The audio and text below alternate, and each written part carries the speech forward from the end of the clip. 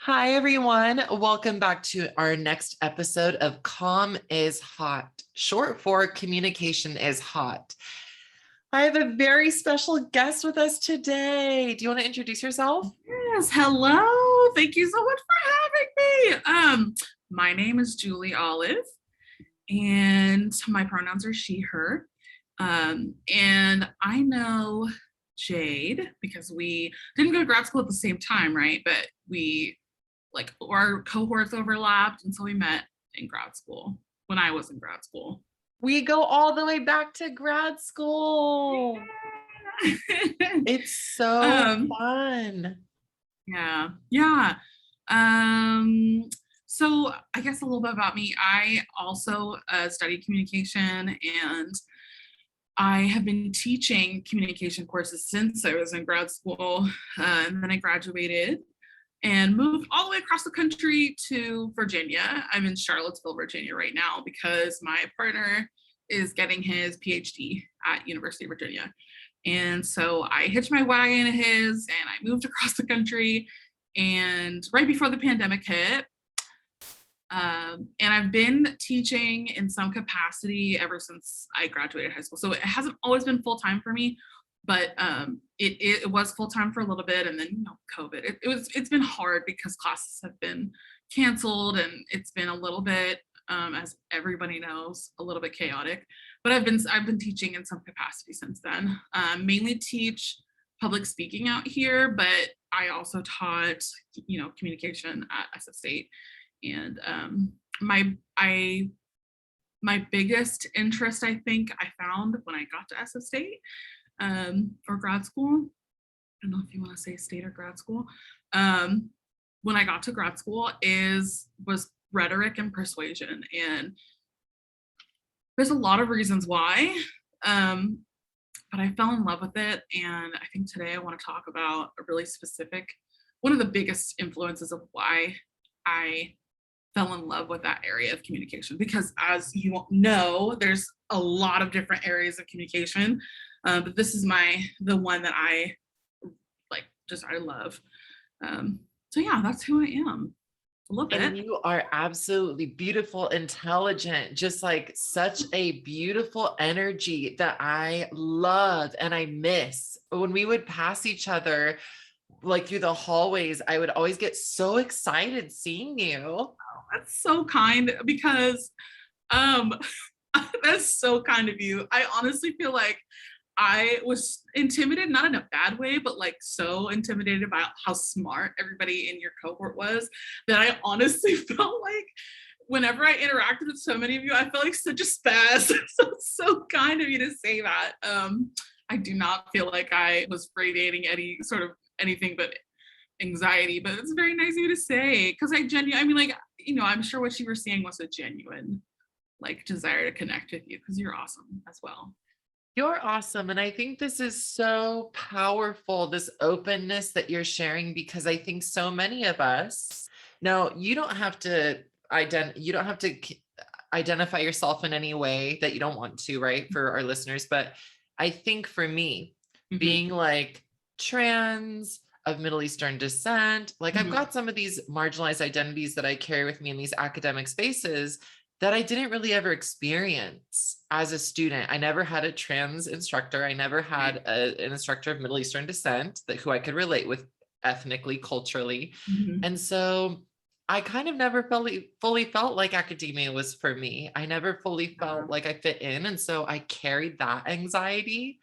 And I know that I'm speaking to something different, but I want to relate in the way that I think all of us, well, I don't want to speak for everyone, but a lot of people in my cohort were overcompensating for insecurities, and we were overachievers because we really wanted to just fit in, and a lot of us felt like we didn't.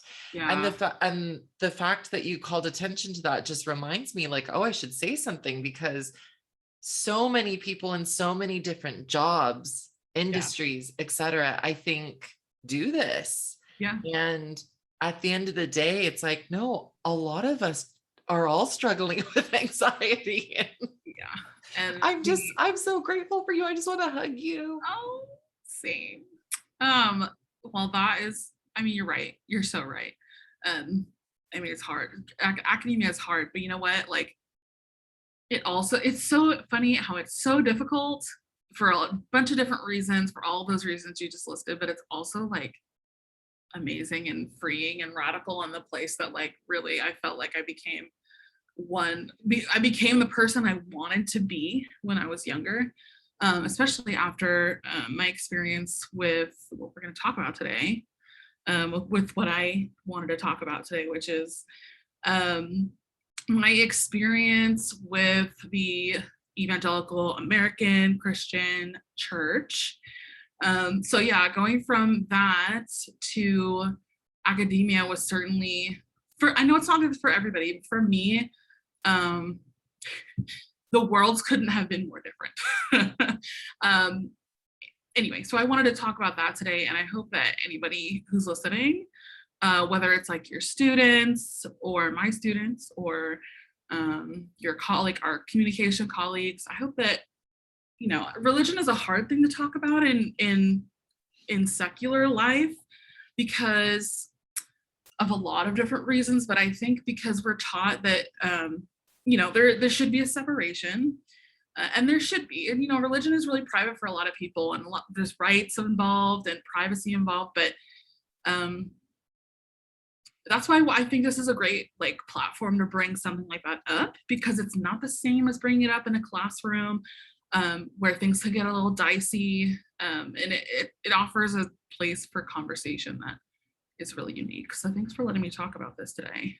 Really, of course. And Yeah. I love that you are willing to, and for so many reasons that you've listed, people are uncomfortable talking about religion in academic spaces, in public spaces, in virtual spaces, because it is so deeply intimate to people. Yeah. They don't want to come across as offensive. Right. And I think one of the things that I do is encourage my students to think about religion as a part of people's core identity. For a lot of people that, as you know, and probably also teach when we're talking about identity and how we develop our core values and like how we communicate and why we communicate the way we do, I'm like, listen, we have to, I get a little edgy in my class and I'm like, we have to acknowledge religion and we have to attribute things that trickle out of that. Right.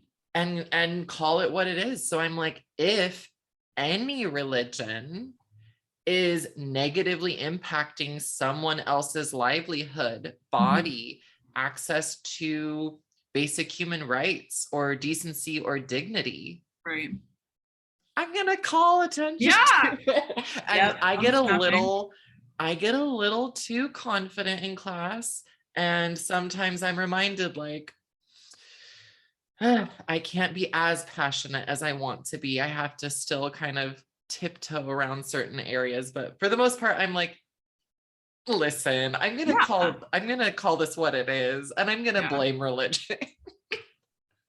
I mean, okay, so I did listen to your first episode of you kind of establishing what your podcast is about, and you said something that I remember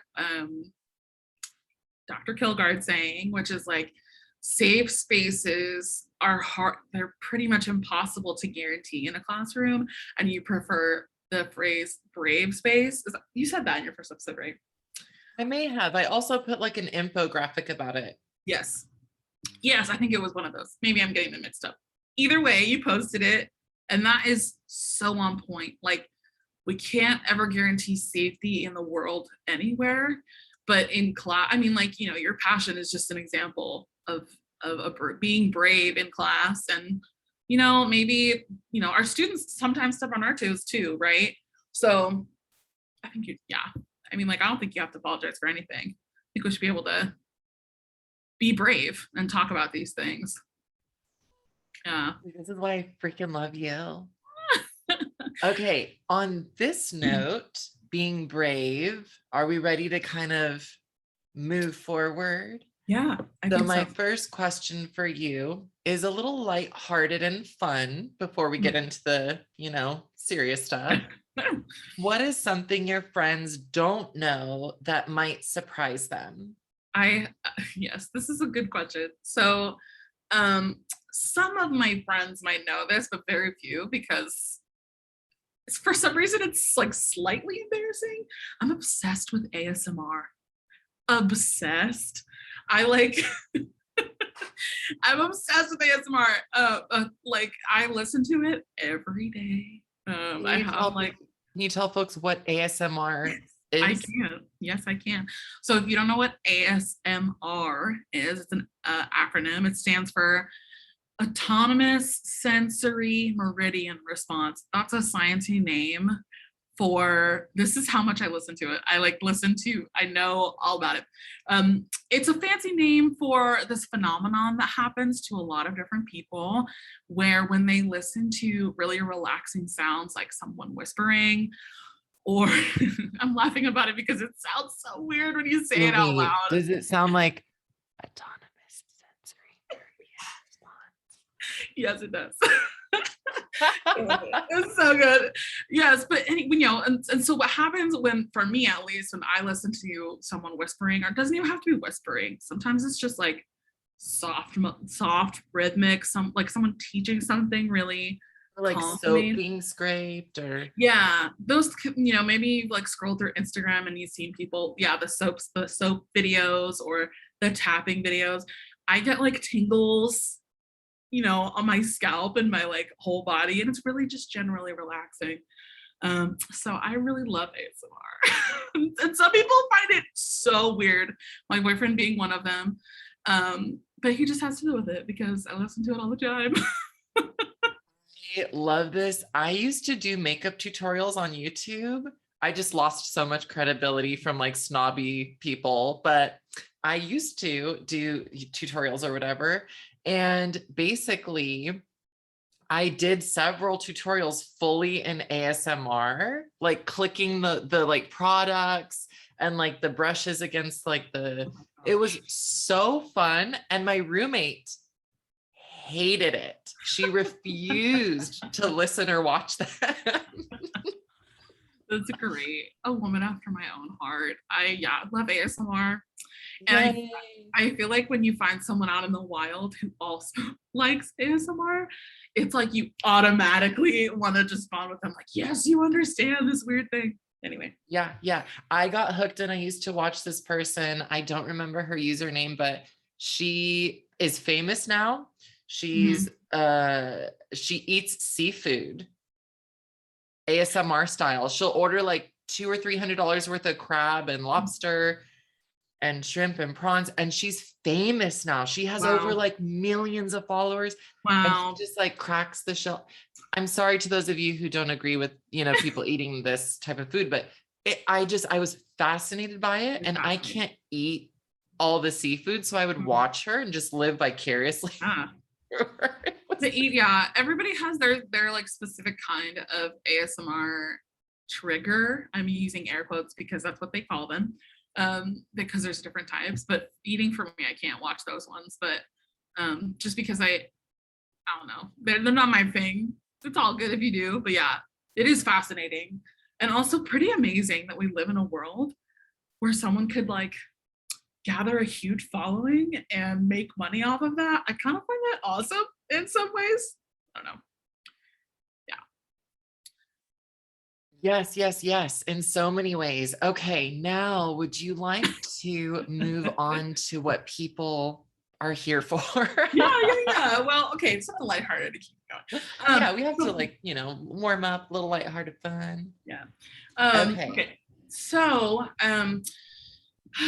I grew up in a family that had really traditional Catholic roots. So my mom is Filipino, my dad grew up Catholic, he's white, and they grew up in the Catholic Church, very involved. My dad was like I forget what they call him, altar boy. And if you're Filipino, the Philippines is predominantly Catholic. So they were Catholic. I didn't grow up Catholic though. They chose to raise us in the Methodist Church, which is, I've heard it described as the Catholic version of Protestant Christianity. So it's still very traditional, still what some folks might think of when they think of quote unquote church, the word church. So wooden pews, hymnals, very traditional services, that kind of a thing. So no, as opposed to what I'm going to talk about today, which is my involvement in the American like evangelical church, which in my experience was very far from that. So as opposed to like singing hymns and having like a children's moment, it was like a full-blown band on a stage with lights and literally fog machines. So definitely a different, but I grew up in the Methodist church, and I with a religious family with religious values, I learned the Bible at a young age, to read the Bible, and it was never a question in my upbringing that like that was the way to live your life. And I can honestly remember being like 7, 8 years old and praying and like really just like hoping within my heart that like I would like hear God talk back to me. So from a really young age, I had a curiosity about it. But then I grew up and my family kind of stopped going to church. And I, in middle school and high school, was incredibly anxious and depressed and really, like to a really bad extent, really insecure. I wouldn't say I was like severely bullied, but I am a fat person and I have always been fat. And that was a really big part of it too. Very insecure about my body. And looking back on it now, looking back on it now, a lot of it was, I want to say, quote unquote, typical like teenage woes, but there was also a lot of mental health issues that I think went unaddressed as a teenager for me. So anyway, when I was I want to say maybe a sophomore in high school, I had a friend who invited me to like a youth group on Wednesday night, and I really liked her and I wanted to be friends with her. She was super cool. And so I went, and that's when my whole journey with the evangelical church started. So I went to this church. I'm not going to name a church in this podcast because this church is now very large. And I really don't doubt, I don't think anything bad would happen to it, or they would try and like do anything to me. But it's just, I feel like if anyone is really interested in it, they could probably figure it out based on some clues that we'll talk about, but I'm not going to name them directly. Julie, anyway. You're never obligated to disclose anything you don't want to. Yeah. Thank you. So I went, and like I said, there was like a band on a stage with lights and a fog machine. There was like a lot of people there. Everybody who was on the stage was like attractive and thin and talented, really cool. Like the pastor had like tattoos. And I was like a rock show. Yes. And I was like, what is this? Like, what? This is church? Like, what is happening? And I was hooked. I was super hooked from the moment I walked in.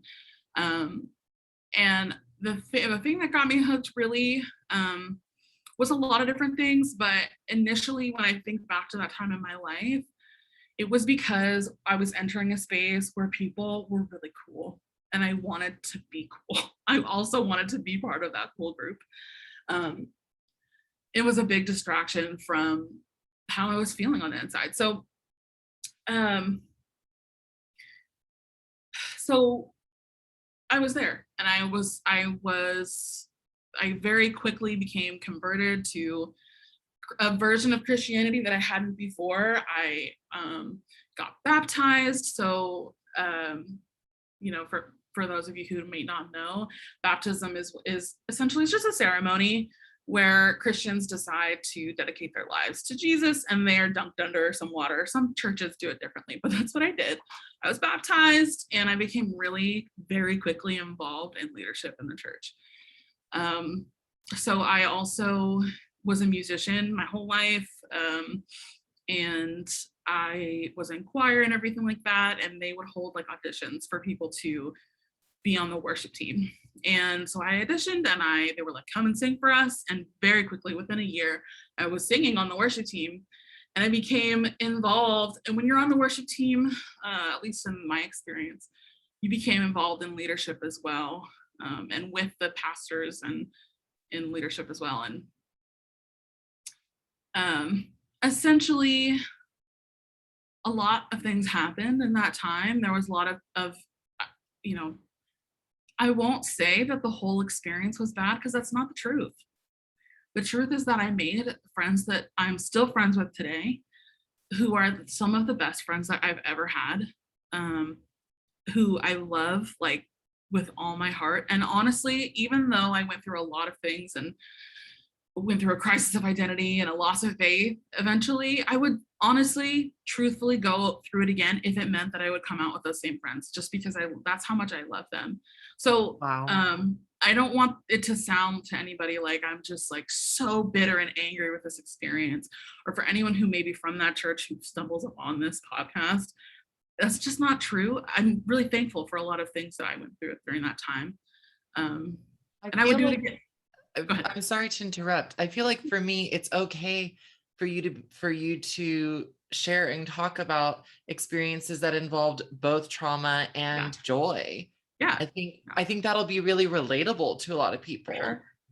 I mean, ultimately, because of those two things, that's what made leaving so hard for me eventually.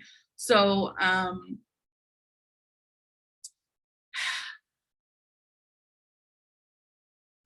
trying to think where to go next. Well, you had just mentioned that you got it really involved in like the worship choir or the worship group because you're musically skilled and you connected with people based on that. And I think that it's something that I also witnessed people do, like when I was growing up in church.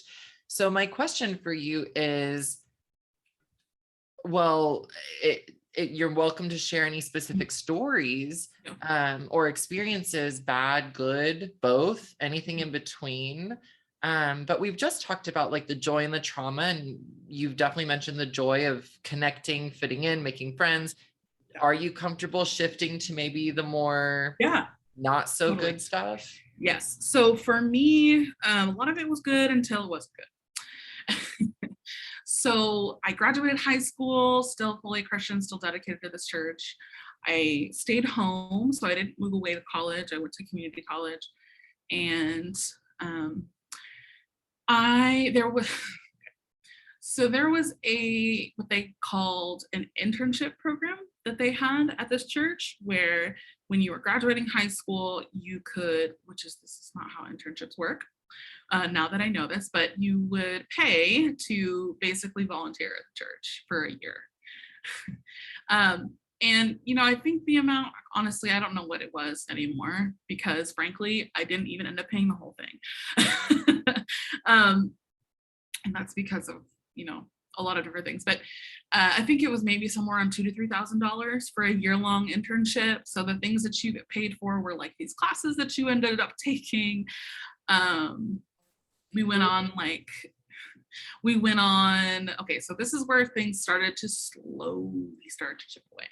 So I was in college, my first year out of high school, going to community college. And at this point in my life, I fully wanted to study theology. I wanted to go to college and study the Bible. I wanted to be a pastor. I wanted my whole life to be involved in the church. But I wanted to go to community college first, because that's financially, it's a great option for people who are looking to save money. I started at community. Yeah, it's great. I teach at a community college right now, and we love community college. It's awesome. Yeah. Yes. It will play a more important role in my leaving of the church. So anyway, but I decided to take my second year. Time is weird. I'm trying to think about years and I can't remember. It's not as important as the story. So basically, I'm in my first year of community college, but I'm also doing this quote unquote internship program, where I'm also I'm spending my mornings going to these classes that are talking about things like,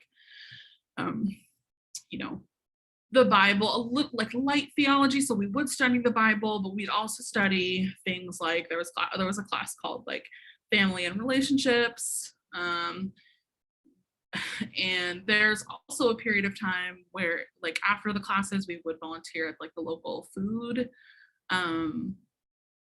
shelter that they had, where they like gave food to people who needed it in the community, which is great. But we started that program with a trip to a big camping trip, and we hiked up Mount Langley, which is I think it's in Central California somewhere, but it's not quite to Yosemite, but it's on the way to Yosemite. We went on this week-long hike with the group of interns that I was with, and things started. My first, I think now I've heard people say like ick. You get like an ick in your stomach. There's like something inside of you that's like, this is not sitting right with me. We were on the trip and we were hiking and it was great. It's beautiful in that area. And then it started to pour freezing rain. And we were on our, I think, second day of the trip. And the vast majority of us were unprepared for that weather. And we were really uncomfortable. And we stopped and we like tried to wait for the rain to stop. And the pastor, the guy who was in charge of our program, essentially laughed in our faces when we even suggested that we would like stop and go back. And obviously I'm fine. I was able to hike up the mountain and, did the whole thing, and I'll never do it again because I'm not a camping person. But that was my first sign of like, oh, that was a little intense. It's very clear that the vast majority of us, all of us, most of us were young people, 18, 19, 20 years old, and unprepared for this literal physical challenge. And he was just like, no, what are you talking about? Everybody does it. On that trip, the other ick moment I had was, honestly, saying this is so wild now because I can't believe that this happened, but it was like the middle of the night in the mountains. Okay. I'm talking like 1 a.m, pitch black. We're in the mountains. It's not a city. And this pastor decided to take us back on the bus. So we hadn't really gotten to the mountain. We were still near a campground and near our bus, and drive out to one of these like it was a road right to the campsite, and drive out to away from our campsite and kind of park in this little inlet. And he told us, I feel like none of you are taking this seriously. And what you're going to do right now is I'm going to turn on worship music and you are going to cry out to God. And until I feel like you guys are taking this seriously, we're not going back to the campsite. And it was cold, like so cold. It was like 2 a.m, pitch black. He turns on, he blasts the music. It's honestly like, he blasts the music, and we spread out in the area that we have. And like, I just remember sitting cross-legged, facing away from the bus. And I just started to cry because I was like, this is wrong. I knew inside of me that was super weird. And it felt like a power play. And that didn't sit right with me. I just felt like that was so wrong. There were people who in our group who were tiny, very small people who weren't adequately prepared for something like that, who were sleeping, who were then woken up. Like, it was very strange. And looking back on that, what? No, sorry, looking back? Yeah, looking back on that, it's clear to me that that hike, I don't know if they do it anymore, but was meant to break us. And when I really look back on that from my perspective now, it was incredibly wrong. It was meant to build trust in a really manipulative way. So we obviously went back to the campsite, hiked the mountain, went back home. Sorry. No. Well, I'm sure our friends listening are like, what the heck? And I just want to take a moment to acknowledge and affirm the fact that you just shared a traumatic experience with us. And I know that you and I have a relationship where I can kind of name that in the moment. I think most of the times I try to avoid like being like, whoa, that sounds traumatic. But I want to check in and ask with you, like, how are you feeling after kind of reliving and telling, sharing this? You know what is really kind of sad is that I don't feel there are other experiences that I had that I went through that register worse on the scale in terms of trauma with this church. And so it's when I retell that story, I've told it to a couple people. It, it, it is wrong. It was wrong. And it was really weird. And like, I don't think we were really in danger because I don't, I want to have faith that this person wasn't going to let us run off in the woods alone or something. But when I retell it now to the couple people who I have told, it kind of is just one of these like, it almost makes me laugh. And I don't want to discredit my, the experience that I had or that like the people I went through had, because there are people I did that internship with now who look back on that experience and are like, what the hell was that? But it is such a clear example of this is not a normal behavior that an organization does to a group of people. It's almost like hazing. And for those of you who don't know what hazing is, maybe you do. Like traditionally it's done with like sororities and fraternities when they're like initiating new members in the group, and they do kind of like, it can be as innocent as like, oh, everybody has to wear, I don't know, pajamas to class on Friday, which is a really innocent thing, right? But this was an example of something that I felt like was a little more on the extreme end, which was meant to really kind of break us down and humble us. And yeah. I'm dying to add, but this is your story to tell. But like, you know how we study power in like as a critical pedagogy, critical like scholarship? You called attention to that earlier, and I wanted to recall attention to it. Yeah. This person was in a position of power, and they used coercion. Yes. And they used horrible tactics. They used force to literally just be so gross. And I can't even comprehend that you had to deal with that, let alone like that it was affiliated with an organization that you were supposed to be able to find safety, peace, comfort, hope, a sense of self, belonging. And that person being in that position of power, that is so gross. Yes. That is such a violation and abuse of that position of power. I'm sorry. I just wanted to like, no, that's you're 100% call correct. them out for being really horrible. Yeah. And when I really think back to all of the things that led to me finally saying this is enough, every single one of them is related to somebody in a position of power abusing that power and using it to manipulate or coerce somebody, or just to make them feel terrible. So there was that example. I went through the program. I finished the program. When I was in the program, there was a couple of other things that made me feel uncomfortable that were taught to us or we were told that that's how we were supposed to be. And the thing that I want to emphasize is the rhetoric is really tricky here. So I want to kind of go back to and focus on the fact that I joined this church because I was insecure, depressed, anxious, and I was looking for a community of people. I found that and it was great. And there was also, I had the foundations there for me already. So I grew up in a Christian home. So the persuading me to believe in the Bible and God and Jesus was not so hard for them, for this group of people. And it's not so hard for them to convince a lot of people who grow up in our culture in the United States, which is, very heavily Judeo-Christian. So that's how I was looped in. And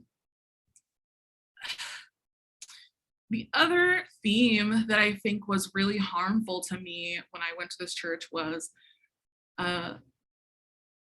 the contradiction between their welcoming lines and the practice of those things. So this church in particular, and the American Evangelical Church, is really focused on this doctrine of grace, acceptance.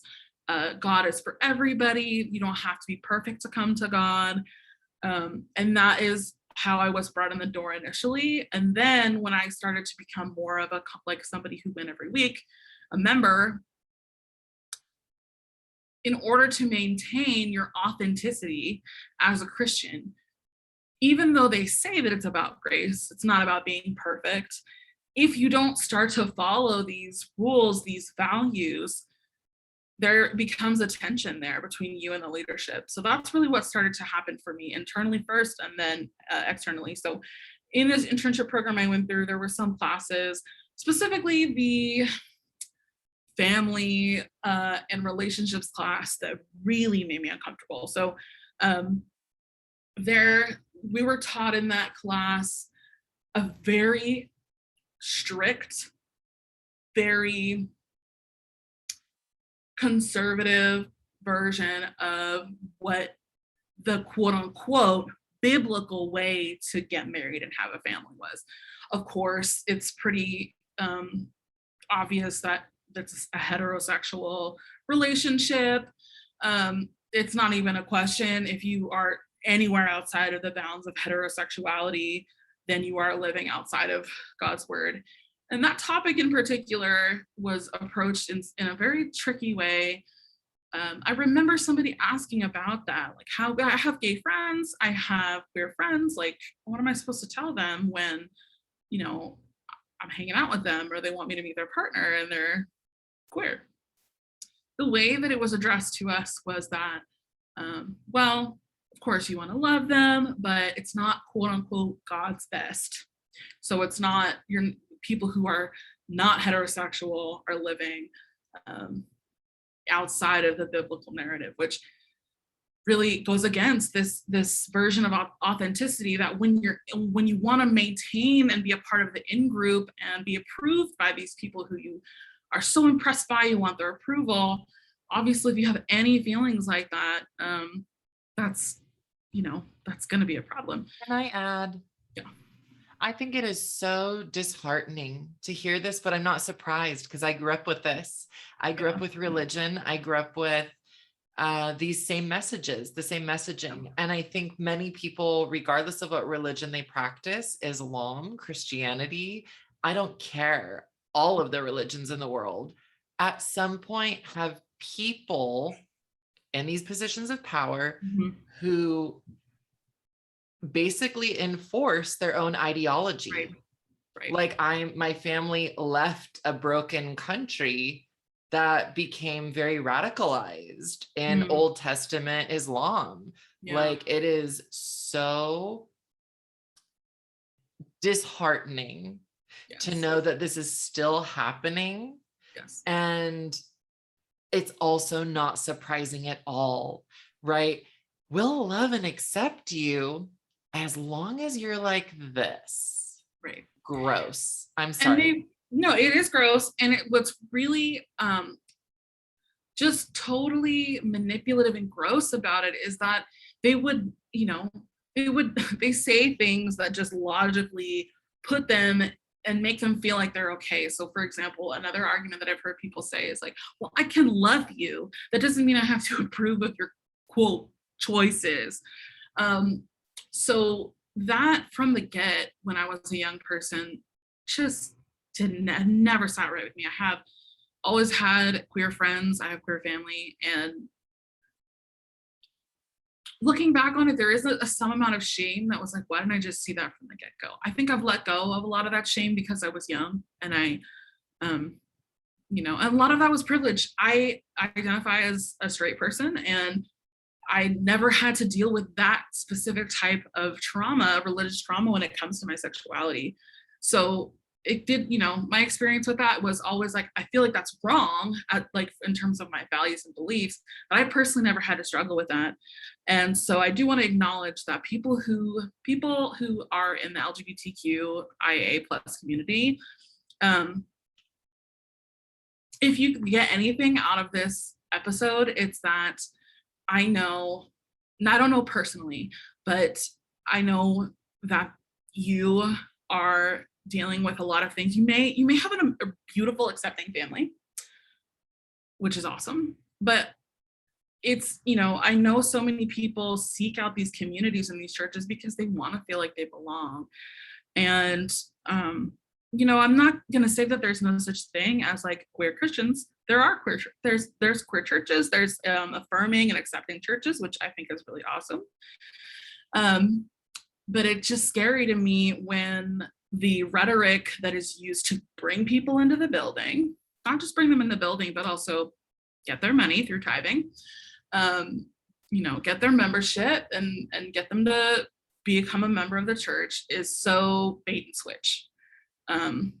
So that's the main thing. I almost want to just say, like, please be aware of that of a bait and switch. Be weary of people who claim to want you and love you, but are not going to do so fully and completely as you are, and not call something like your sexuality a sin. Just be wary of that. I think it's really easy to get caught up in that. So can I ask you to elaborate for listeners who maybe have studied rhetoric less? Yeah. Bait and switch. You've given tons of examples, but this very quickly kind of re-emphasizing. Yes. So a bait and switch is a rhetorical strategy used to pull somebody in with words. So in this example, with the values of like affirmation and love. We love you no matter what. God loves you and accepts you. He's there. He forgives you, and pulls somebody in. Always a he. Right. So many things. I feel like so this could be a 4-hour conversation. So many problems, but pulls you in with these really enticing messages. Sometimes those messages even prey on insecurities. They prey on prejudices and fears, and they pull you in. And then once you're in and you feel comfortable, it switches. It switches to being exactly what I was saying. So we love you, but this thing has to change if you really want to live and be a true Christian and be a true Christ follower. So that's really what a bait and switch is. And it's traumatic. It's incredibly traumatic for people. Another way that I experienced bait and switch, and I saw it experienced in some of my friends' lives, and really the thing that got me to leave permanently, was those that, we would be involved in the church for a while and trusted. We get to know these people, and these pastors, these head pastors who, by the way, I don't think I've emphasized this. These churches are very large in number. So when I was going almost 10 years ago, not quite 10 years ago now, but almost 10 years ago, the church I was going to had maybe, I don't know, anywhere between 2,000 and 5,000 people coming to these services every weekend. So they had multiple services. So combined. So at the Saturday service plus all the Sunday ones, they also have multiple what they call campuses, which is a fun choice of words, in different areas. So they had a main location, and then they had other locations in the area. So it was large churches. And so this leadership that you get involved with, they can, if you're not involved in some capacity, like I was, they can feel and appear like celebrities, mini celebrities, to people who are not so close to them, which again is, what they would say to that is like, well, who are we to stop people from coming to our church and experiencing something great? Can I add? Yeah. I also witnessed some of my relatives go to a mega church growing up, and it was a Christian-based mega church. And they would host like get rich workshops, like God will bless you with money, like literal like conventions, and the pastor lived in a triple gated community. He was so freaking wealthy. Yeah. And everyone literally considered him and his family like celebrities in our small town. It was disgusting. That's not shocking to me. That's a pattern you see at a lot of these American evangelical institutions. Yes, I mean, I don't know everything about the head pastor's life, but I do know, I saw with my own eyes that even back then, they're driving Porsches to church, and meanwhile, there's people on their worship team that are homeless, literally. Hashtag blessed. Yeah, and you know, they get away with that mentally because they preach the doctrine of like prosperity, and that God doesn't hate money, he hates greed. And so therefore they get, you know, there's a loophole there for a lot of people. But yeah, that was, I mean, along the list of other things that I found uncomfortable, that's one of them for sure. But gosh, I lost my train of thought. But okay, I remember where I was, the bait and switch. So the bait and switch happens rhetorically, like we just talked about, but it also happens interpersonally, unfortunately. So it happened to me. I watched it happen to dozens of people that I went to church with that I respected. So what happened for me, and you know, I don't want to tell other people's story. I'll just tell what happened to me. I went through the internship program. I was on the worship team. I would be serving sometimes 4 times in a weekend, for free. By the way, this is volunteer work, singing and being in front of thousands of people. And I got really depressed because there started to be these questions in my mind of like, there are all these contradictions and I feel uncomfortable with them. But the final thing was I started dating somebody who was not Christian. And I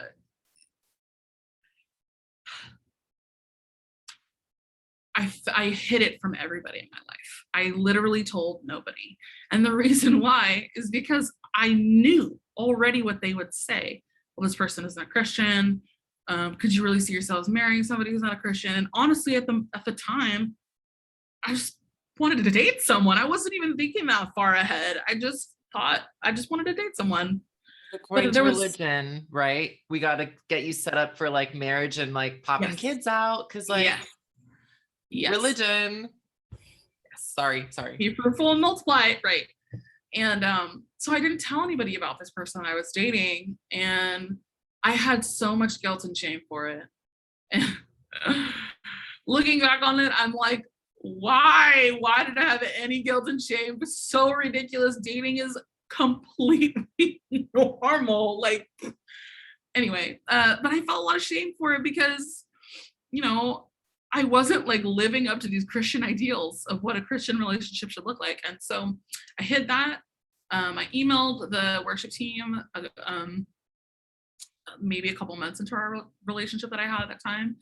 And I took myself off the schedule, and I didn't explain why, but I wasn't lying when I said that I was experiencing a lot of doubt and depression at the time. And I stopped going to church, and nobody even noticed. And that was really hurtful to me. That did feel like the bait and switch, because I had been led to believe for years, a couple of years then, that these people really cared about me and really wanted the best for me. But as soon as I stopped serving a purpose for them, nobody even spoke to me, not one person. At least from the leadership. I had friends, of course, but we were kind of going through the same thing. There was a couple of things that happened to them at the same time. I had friends who went through way worse circumstances, illnesses and deaths and really terrible things, and received the same kind of treatment. And it's really, really unfortunate. And I watched them go through that interpersonal bait and switch. And that was what did it for me. I left. And it was really hard. It was really hard because at that time, I still believed in God and I still considered myself a Christian. And so I blamed myself for a lot of it, unfortunately. But now looking back, I know why I blamed myself. And that's because the rhetoric that I had been fed when I was in the church about people who leave the church is that it's on them. They have a bitterness that they need to settle. Nobody's perfect. They need to be forgiving of people who of people who sin against them, who people who offend them. And then if you're living in bitterness, then that's your fault. And I thought there was something wrong with me for a long time until I started to hear other people go through the same thing. And that plus I started to learn about rhetoric and power.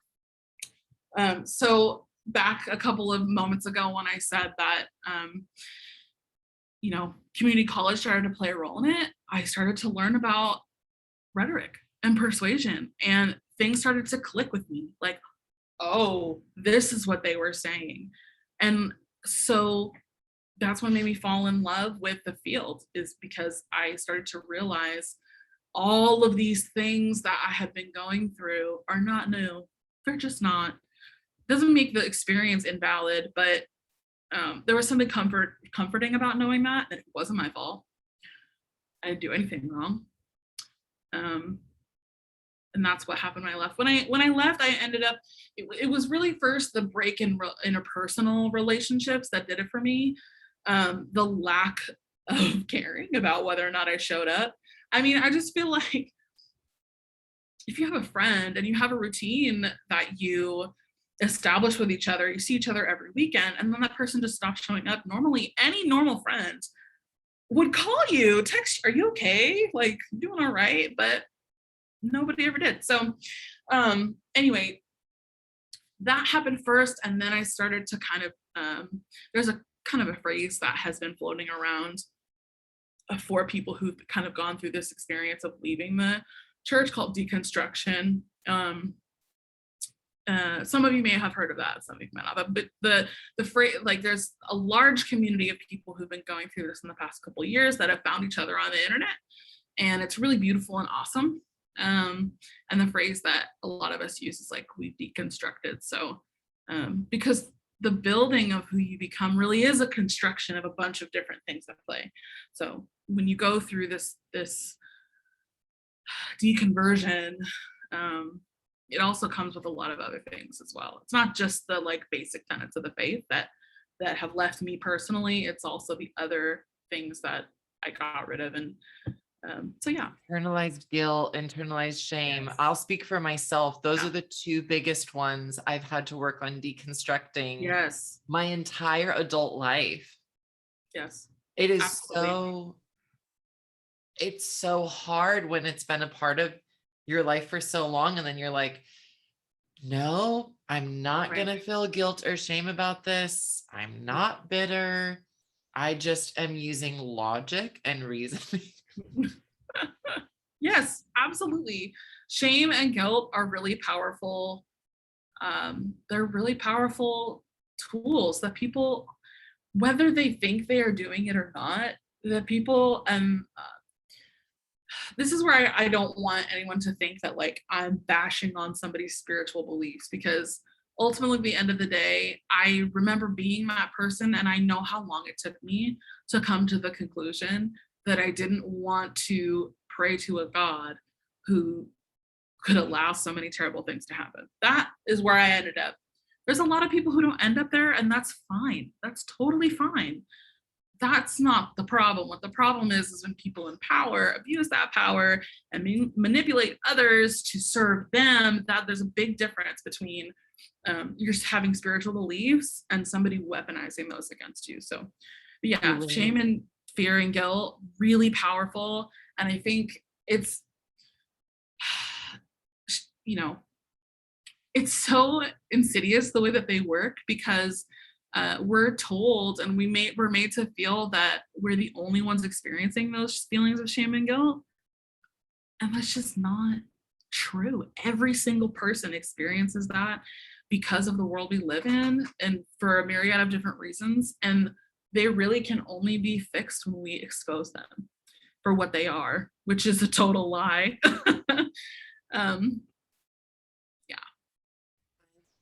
Yeah, I'm so sorry that I keep interrupting Don't be you. sorry. I'd love to hear from you more. I feel like I'm talking too much. So You're the special person of the hour. So of course you get to talk as much as you want.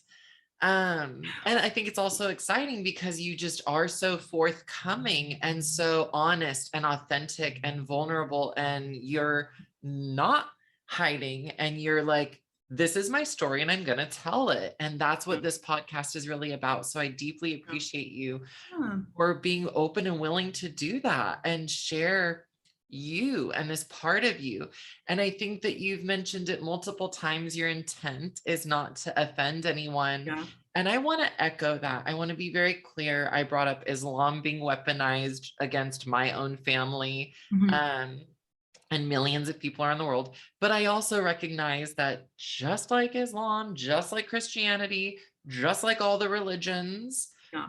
there are beautiful people practicing them who are not weaponizing them, and who are not trying to like wield power and take control of people's lives or livelihood.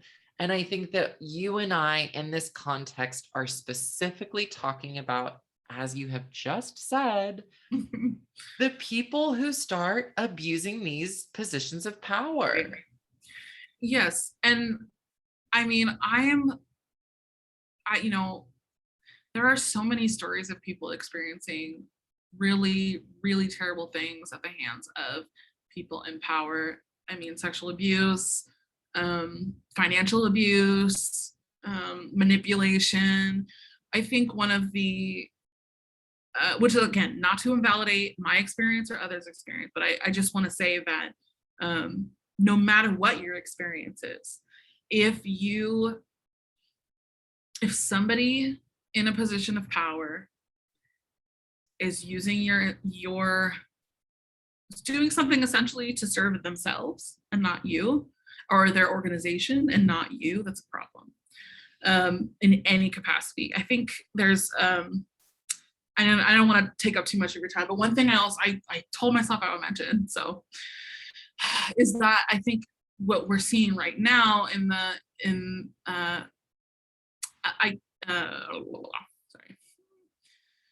what we're seeing right now is, and not just now, it's always been this way, but specifically because of COVID, there's a political aspect to this conversation as well. So the church that I used to go to, recently the pastor made some really disparaging remarks about COVID and being vaccinated. And I don't want to go into too much detail because there are some people involved that, I don't have their permission to share their story, but basically some people called them out for it, and it has become a discussion online. And I think when we're talking about rhetoric and manipulation and using these viewpoints against someone, this is a perfect example of that. So the pastor, I did listen to the sermon, and this is public information, so I'm not lying. He, before he began his sermon, he was talking about how him and his wife were, it's honestly ridiculous. Him and his wife were turned away at a fancy restaurant in Napa because they couldn't share their vaccination cards. He then compared that experience to being segregated and discriminated against. Imagine thinking that you can't go to a fancy restaurant in Napa is the same as experiencing violence, persecution, and oppression, privilege. Can't relate, but yes. So that's a perfect example. There's a literal pandemic happening. People, I'm sure of it. At this point, this church has grown, and I think the goal of a lot of these evangelical churches is to grow.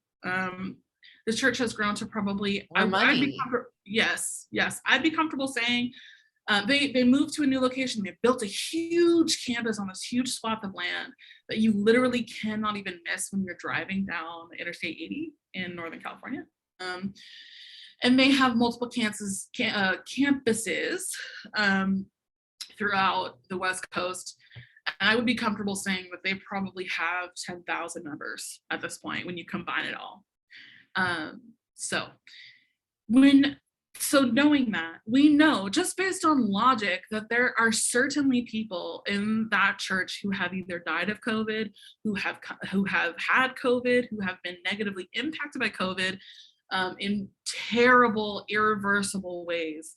And to know that a lead pastor is getting up on stage and being so cavalier and nonchalant is just evidence to me that nothing has really changed. In fact, it's probably gotten a little worse with the political climate that we live in. And I think that that's disgusting. It's really, and it's dangerous. It's literally dangerous. It's literally that kind of rhetoric has always been dangerous, especially for queer and trans people of color. But now it's dangerous in a medical sense. There are people who will not get vaccinated because their pastor is not necessarily saying that it's a bad thing, but being very specific about his attitude towards it. It's very condescending, it's very sneaky, but I wanted to mention that because the church is not the only one making their stance clear on vaccinations, which is they're very anti-vaccination, very much pretending that COVID is not real, and that's just literally false. So that's a problem, and it's dangerous. It's literally dangerous. I know that a lot of them are just defying orders and having church with thousands of people without masking, not caring, and my heart breaks for people who go to that church, who go to any church, and love the leadership and want to be a part of that community. And then they experience something like this, and it becomes evidently clear that their best interest is really not in mind, unfortunately. You're holding so much compassion for the people who are trying to navigate that sense of belongingness, that sense of peace and comfort in religion and in their faith in a specific place like a church. Mm-hmm. You are holding so much compassion for them. And I would call that empathy. Yeah. I want to call attention to that. That's one of the reasons I really genuinely love you as a person. I'm so angry right now in this moment. Yeah. And you are still offering compassion. I'm like, how? I mean, don't get me wrong. I'm very angry at the people. Like it keeps me up at night sometimes when I think about the abuse of power that happens. But the reason why I get so angry is because I don't think anybody should be made to feel stupid or dumb simply because they want to find community. It is like the most human thing. We all want to be, and the church even uses that rhetoric and says we all belong together. Nobody can do life alone. But then they go and do things like this that really alienate people. So that's the contradiction of values and practice there. That is what makes me so heated, because finding a community is so human, and when it's weaponized against people, it's not okay. It's just not. It's really not. I cannot tell you enough how much I'm just so thankful for you speaking to this. A lot of people are afraid to talk about this, or they don't want to because it's just so emotionally exhausting. Yeah, it is. It really is a traumatic experience. Religious trauma is a real thing. People seek therapy to heal their religious trauma. I'll be honest about that. I have talked about my own traumatic experiences in the church in therapy. And let me tell you that if that's you, you might have been told that you should pray about it, or you should go talk to a Christian counselor about it, or you should go and seek help from your elders. You should just pray, read the Bible. If that's you and you hear this, I'm just urging you, please seek medical professional help, because there is a huge difference. I can speak from my own experience. And if you are at San Francisco State, this is just a plug for my San Francisco people. If you're in the Bay Area, this is my experience. There are mental health resources on campus. at San Francisco State, and lots of different colleges offer mental health resources that are free or on a sliding scale that honestly, like, they're so beautiful, and I wish more people knew that those resources were available. If that's you, and like, there's no shame in that, and it's literally like some of the best resources and tools that have helped me work through this kind of stuff. So anyway, that's just a plug for anybody who's listening. It is free or on a sliding scale for those of you who are students, or you're on a budget. So I love anyway. that, Julie. Nice call to action. Yeah, I mean, I think the other call to action is that, like, speaking. I mean, you may have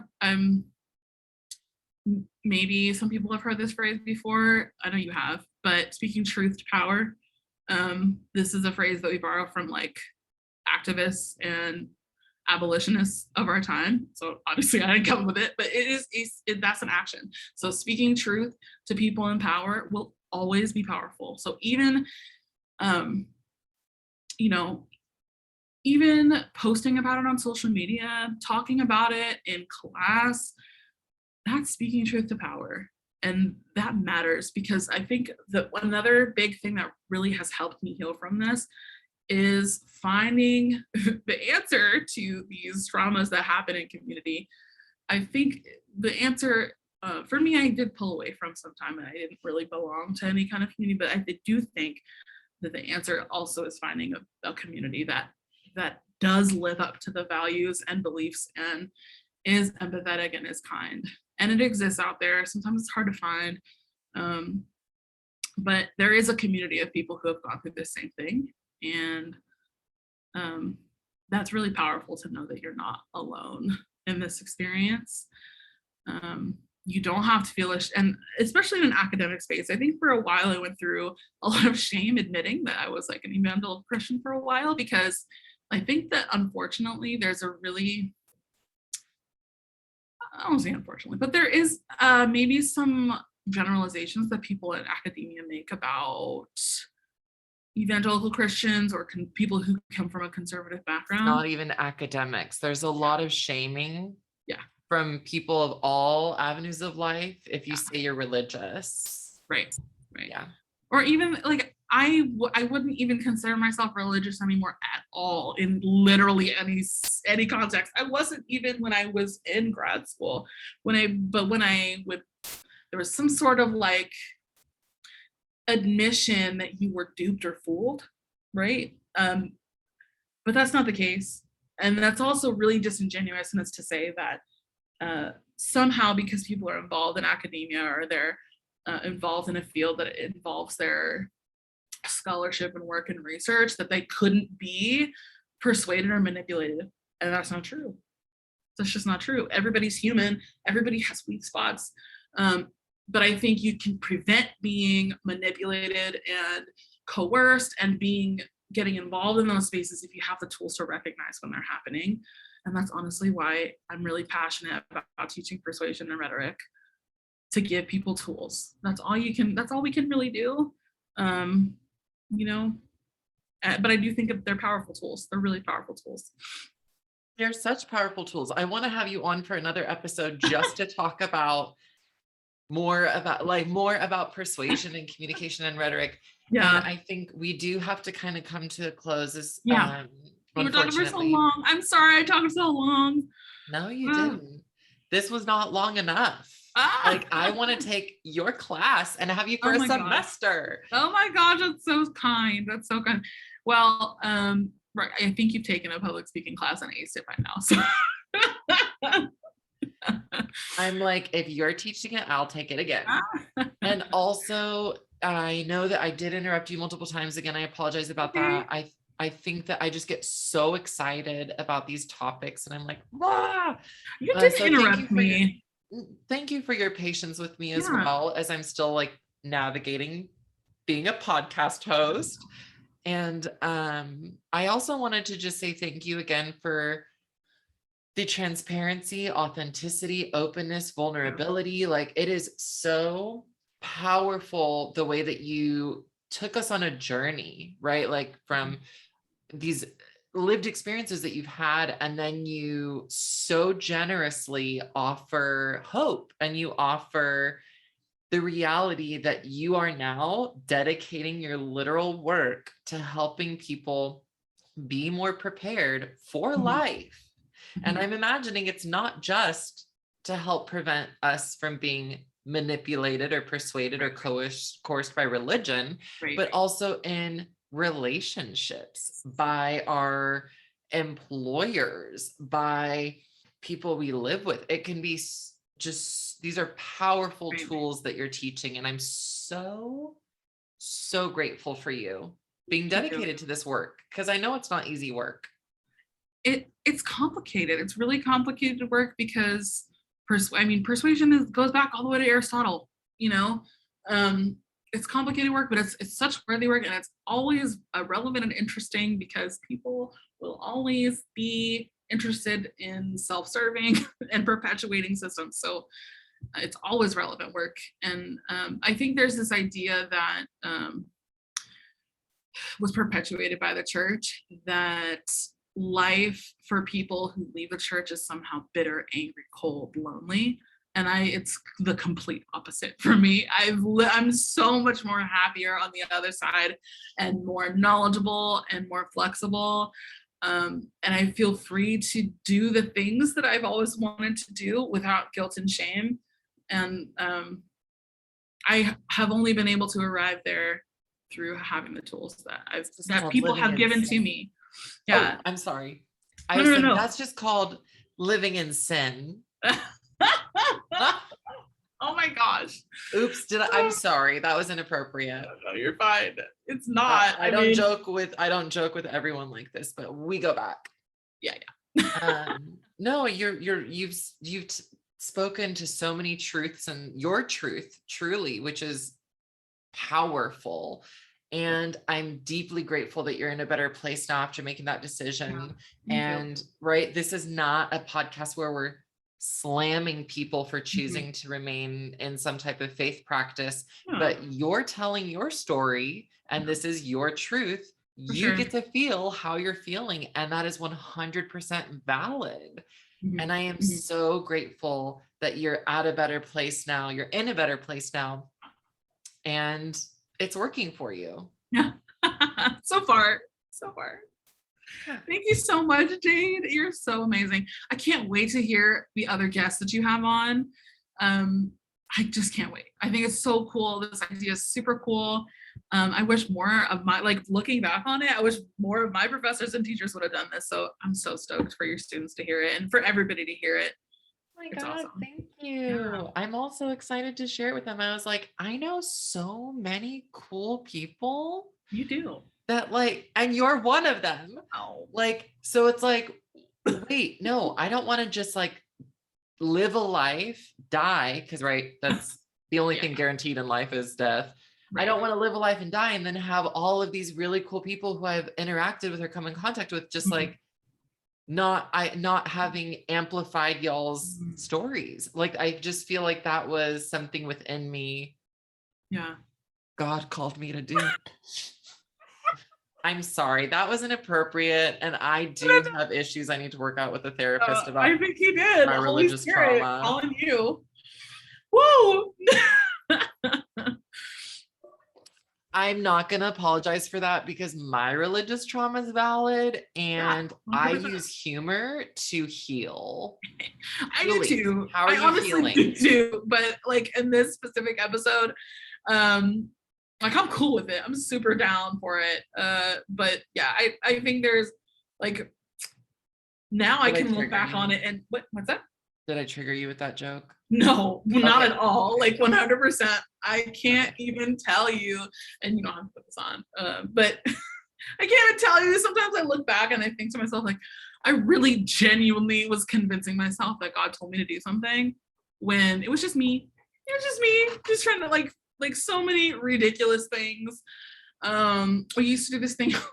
This might offend people, but we used to do this thing called, in my little girls group that I had, called quote unquote treasure hunting, where we would get together and pray on Tuesday night and pray God give us this. It's honestly so funny because anyway, we'd be like, God, give us the sign for who you want us to pray for. What are they wearing? And someone would say like, I feel like they're wearing an orange sweater. We'd go out to like Target or like get dinner. And like, if we saw someone with an orange sweater, we'd be like, God told us that we had to pray for you. So gross. And so like, when I think back on those things, I'm like, that was ridiculous. It's so embarrassing. That and like just general mysticism. I know. Like, so, okay, so we're cool with and comfortable with doing this, but anybody who's seeking like spirituality through other methods is ridiculous or crazy. Yeah. Wrong, not true. It was, when I think back on it, I'm like super embarrassed about it. But it's hilarious. It's hilarious to think now, because sometimes I think like one of these days, the circle is going to complete itself, and there's going to be a group of people who walk up to me and be like, God told us to pray for you. And I'm just going to be like, well, God told me that you all need to just be cool and stop being weird. It's okay to have sex before you're married and go do drugs and have fun. Like, something wild. And you know what I mean? It hasn't happened to me, but like. Julie, I feel like a lot of people secretly are happy that you said that, because it's like, you're just, and I know that you would be in real life just. Yeah, I know. Yourself, in reality, but like, yeah, I'd probably be like, no thanks. We have to have room to use humor to heal, or whatever healing mechanism we use. And I love that you can also just relate in the way that humor kind of becomes, it's healing. It really is. Yeah. I am going to stop recording now, if that's okay. Okay. Thanks, everyone. Please listen to Jade. Yeah, please listen to Jade's other episodes and keep listening and follow her Instagram and everything, all of that. I did not use persuasion to do that. No, that's genuinely coming from my heart. I promise. I love you so much. Everybody, thank you again so much, Julie. And how can people get a hold of you if they want to take your class, if they want to learn more from you, if they want to contact you? Yeah. Well, I do teach at a community college here in Virginia. It's Piedmont Virginia Community College right now. So unless you're kind of in the area or you want to take an online class and that's available, that's really kind of the only way right now to take a class with me. But who knows in the future? Maybe that'll expand. Anyway, if you want to follow me on social media, my handle is, oh my gosh, I don't know it. Hold on. Give me 1 second. You also don't have to disclose it. I'm cool. My handle is just my name. So it's Julie Olive, but there's 2 E's at the end. So if you want to follow me, you totally can. I tend to post about stuff like this all the time, but this is just my personal Instagram. So if you want to do that, I'm totally fine with it. Completely fine. I trust any and all people who would want to listen to your podcast. So. Well, we don't know who else is going to be on it yet. That's true. I think well, let me just say, as a general rule, I would. But if you start acting a fool with me, I'll just block you. It's one of those things. I doubt that would happen though. I think that just my very existence already kind of puts me in a separate category that like only certain people would even listen to me. So it's like we're already working with some liberal, open-minded people. Yeah. I'm super grateful for you. I'm going to stop recording though, because this is, that's long. I'm sorry. And I know you probably have to edit it. I'm sorry. Okay. That's okay. But let's stick around and talk.